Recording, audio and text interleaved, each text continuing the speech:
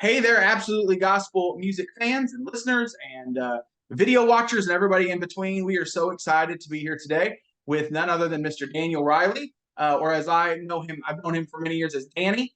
We're so excited that you could join us today, Danny, and we can talk a little bit about this new record Gold City's got that's super exciting. And I know it's a passion project for you in particular.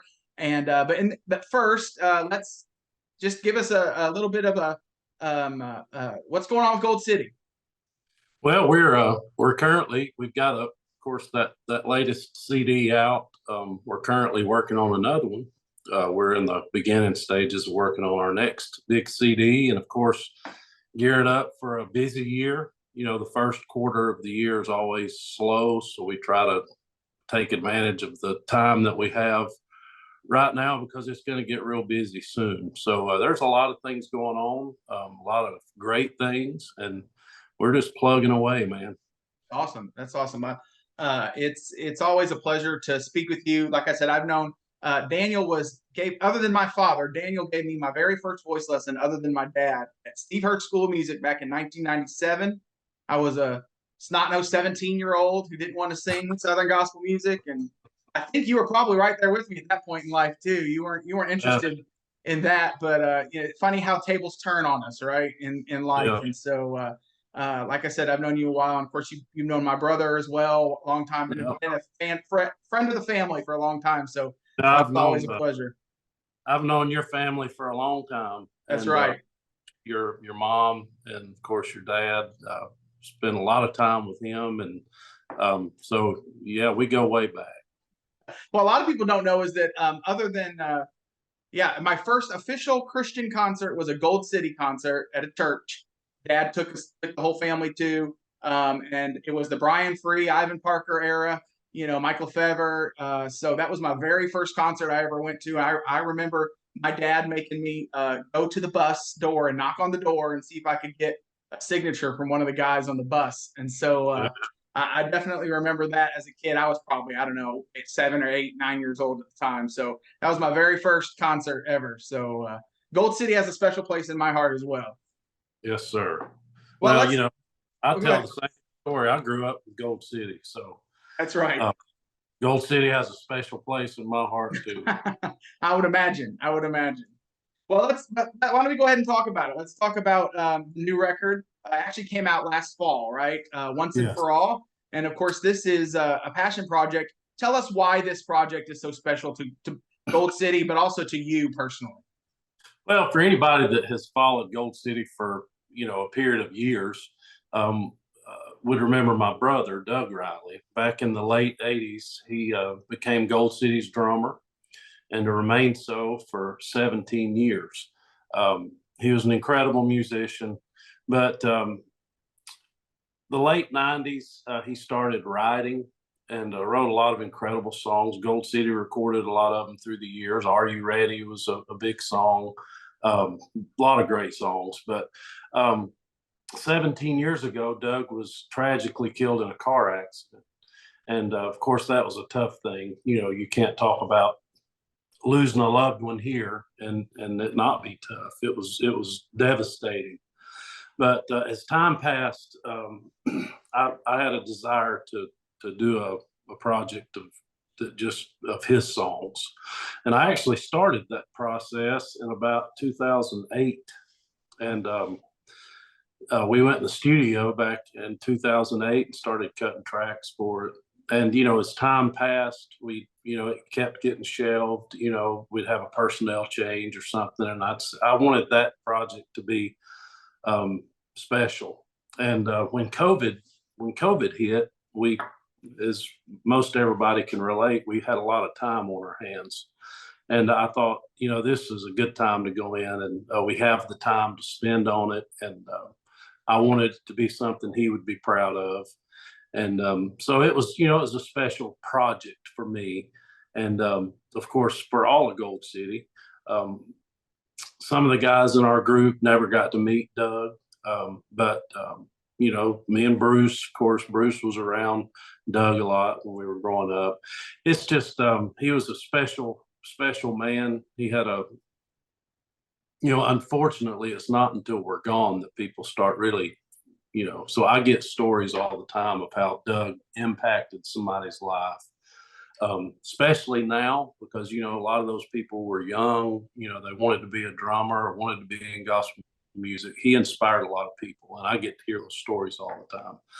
So we went in the studio during COVID, and we already had all the tracks, had been done forever, and we just started plugging away at it. And I was really, really pleased with how it turned out. I think he would be.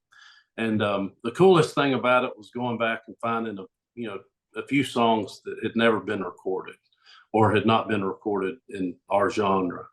And there's a couple that have never been recorded that are on there. And then, of course, there's Once and For All, which was recorded. Some people might remember back in the 90s. If you watch TBN, you remember Steve Brock. Steve recorded Once and For All back in 1998 or something like that. So I always wanted to do it. I thought it was a great song. So when we started putting this together, I was like, this is going to be the anchor song on the record. And it's turned out to be a great thing. People have really been loving the song. And of course, I'm proud of that. That's my big brother, So this project was special, to honor him, to honor his legacy. We have, not everybody leaves behind what my brother left behind in the form of all the music that he wrote. And, it came from his heart. And so it's a special part of my brother that I'll have until I see him again. So this record's probably one of the most heartfelt, special projects that I've ever done. That's awesome. And I love, actually, I love the meaning, like the two-sided meaning of the album title. Once and For All. It's just a great song. First of all, it's flying up the charts. It's doing great. You guys performed the snot out of it, but then also it's like, once and for finally we got this record done. Once and for all, it's done. And so I think that also is a little fun. It only took us about 15 years. Yeah. That's one of the great things I loved about Doug's writing was that he was not shy with the gospel. Right.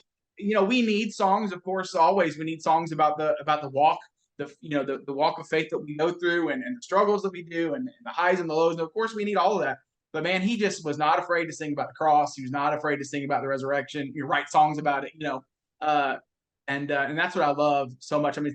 This record is just like heavy gospel. It's heavy to the cross. It's heavy, heaven. It's heavy. Are you ready? You put that one back on there, which of course was a big hit for you guys. But that's the gospel in a song, right? It's Are you ready? Are you ready to meet your Savior? And so that's what I love so much about his writing. And it also shows the man's faith. At the same time, that's where he put his hope. And so it's great. And I remember I attended his funeral with my family back, however many years ago it was, and 17. Yeah, and I remember sitting in there thinking, man, this guy touched a lot of people. He was, you tend to be on the quiet side, and he was kind of on the quiet side as well, and I never got to talk to him personally, but just the story, hearing people on the stage talk about him and the impact he had was just fantastic. And so I know you were proud. Doug kind of liked to stay in the background. He never was a get out in front of people type of guy. Yeah. So a lot of people never really got the opportunity to talk to him, but if you ever did, you would walk away remembering something. There's movies that we see like Christmas Vacation. Don't anybody get your feathers ruffled. It's one of my favorite movies. Mine too. It's all good. I find myself quoting stuff out of that movie all the time, like almost daily. And Doug he left. I find myself quoting something that my brother would say, or I'll say, that sounds like something Doug would say every single day. Some people just leave that kind of mark on you. And anytime I see gospel music friends, it seems like we always end up talking about Doug, a story or whatever. So, I took a lot of time to grieve when he passed away, but over time I've learned to treasure what I have, because I realize that not everybody has that, we leave our life, the testimony of our life behind, and it's a memory. my brother left a lot of things behind that people that will never meet him, that will never even knew who he was. He left stuff behind that will have an impact on them. So Right. what an incredible testimony of his life and his life here after death. You know, his legacy lives on. So it's just an awesome thing. Yeah, and of course you guys honored him greatly with this record. It's fantastic. It's great. And I'll never forget when he passed away. That was right around the time, around the same year Anthony Berger passed away. Yep. And then Warren Parker Trio had his tragic death as well. And so that was the first year that we did in the awards program some kind of in memoriam, showing these guys, off that had passed away. And so we've continued to do that year after year. And so I always think of Doug, and whenever I'm putting that together, I think he kind of started it, and so it's a great way to remember, our people. And so, anyways, enough about Doug. That's tell me a little bit about. I want to know your story a little bit, Daniel, in terms of what brought you to Gold City. Like back when we first met, when like I said, a snot-nosed teenager. I don't think you had many hopes of being a Southern gospel singer in terms of that wasn't your dream, so to speak. You were still an incredible singer, still are. And so tell us a little bit how you kind of stepped into the role that you're in now. Well, I grew up in this music, and I've always wanted to be a part of this music. I think as a kid growing up, Gold City was rising, during my teenage years. I mean, Gold City was like the stuff, in gospel music. I think that, to me, in my thought process, I thought that they would always be together. You don't think about people leaving, coming and going, even though they do. For whatever reason, I never really thought I would be able to sing with Gold City. I wanted to sing, but I went and sang. Back in I think it was 97, I sang with Tony Gore, Majesty, for a little while. Had a great time. Loved being there. But for some reason, I couldn't get over being with Gold City. That's what I wanted. And of course, I was in I worked in the studio. I did all their records. I did live, the sound on the road. And I got to sing a little bit. So it was kind of like I was able to enjoy all the stuff. I got to sing. I got to do technical stuff. I just loved that. But as I got older, and when I say older, that's been a long time ago. I think when we met, I was probably in my early 20s. But I had Gold City was doing an album called Preparing the Way. David Hill was the lead singer. And right about the time we were finishing that record, David Hill turned in his notice and was leaving. And they hired Jonathan Wilburn to come and sing. So we went to the studio last minute. Back then, we had really hard deadlines. And we had a hard deadline to get that album finished. And so I was in the studio working, doing my thing. And we ran out of time. We ran out of time, and Gold City was leaving. They were going out on the road. I was going to mix the record while they were gone. We had to get it done. We ran out of time. Jonathan did not have time to do Still the Cross. And so I was like, Dad, what do you want to do? I mean, we leave David on it. Do you want to, what? And he said, son, you just do it. You do the song. And they left, and there I was. So that's when I recorded It's Still the Cross. And that's kind of what started me as far as, singing on stage. A lot of people don't know that story. It just sort of happened out of necessity at the time. Of course, God has used it, and that's what sort of gave me my start. Yeah. And, as time went on, I went on the road with Gold City. I was their sound engineer, and I was just perfectly content. But as time went on, I realized that, I wanted to be on stage. And then when Mark Trammell left Gold City, that was my opportunity, and I took it, and the rest is history. It's been a long road. It hadn't necessarily been an easy road.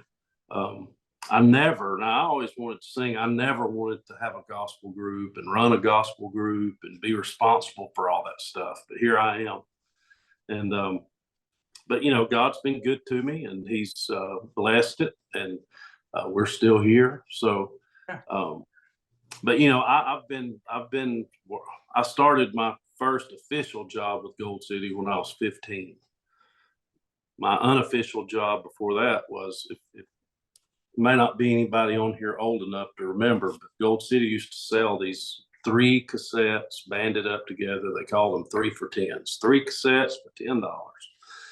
And it was my job to put the rubber band around them. So I spent my time during the week putting rubber bands around cassette tapes and loading them on the bus. But, I've had the privilege of being a part of just about every aspect of this music, and from behind the scenes to out front. And I feel like I've had a very blessed life. And at this point, I'm sort of at a different place in my life. I still love what I do. Can't imagine me doing anything else. Yeah. But as you get older, your priorities kind of change, and the music has become more, I don't know. I at this point, and I feel like I share this vision with all the guys in the group. There's so much garbage out there. There's so much going on, so much for us to get discouraged about, so many things that concern us. The church itself is fighting with each other over everything, and we just feel like God's given us the opportunity to go into places and just sort of scrape all that back. Yeah. And let's just enjoy what we have in the Lord. And so that's my, I just want to be an encouragement to other Christian people. The struggle is real out here. You don't have to do anything, just existing anymore. For us spoiled, rotten people like me and you, we're having to deal with things that never thought we'd have to endure. And right. And to think, you think about what our, the people that have gone before us, what all they endured, and I'm sitting here whining about stuff. You know what I mean? Right. But, yeah. I'm just at a place where I am what I am. I have my passions and my convictions. I just want to go and just enjoy being in the presence of the Lord, have a good time, smile and laugh. And that's just, that's sort of where I feel like God has brought us to. That's what we do. And, we unashamedly proclaim the truth of the gospel. And that's what it's all about. So I feel like God has allowed us to continue doing this for a reason. And I'm just trying to be a good steward of what he's blessed me with. Yeah, that's great. That's great, Daniel. Well, I'll tell you what, I'm not going to be in this much longer here in this interview. But there's always one question. I've been doing this on this side of it for a long time. This is 20 years now. I've been involved in some form of media and Christian music. And so I've always interviewed a lot of people, and the always question I always like to end it with is just simply, what is God teaching you at the moment? You know what, God, the past couple of years, I've kind of got to a place where I believe what I believe, but I don't know why I believe it. Yeah. And I've having kids sort of brought that to my attention, because they ask a lot of questions. Yeah, they do. So it's sad that I'm 50 years old, and I would say the last couple of years I've studied the Bible more than I have in my whole life. I spent my life taking what everybody else said as the truth. And God sort of dealt with me and said, I decided I need to know why I believe what I believe. I was raised Southern Baptist, and I didn't necessarily say, okay, I'm starting over, but I just thought about everything I believed, and I went into the Bible to find it for myself.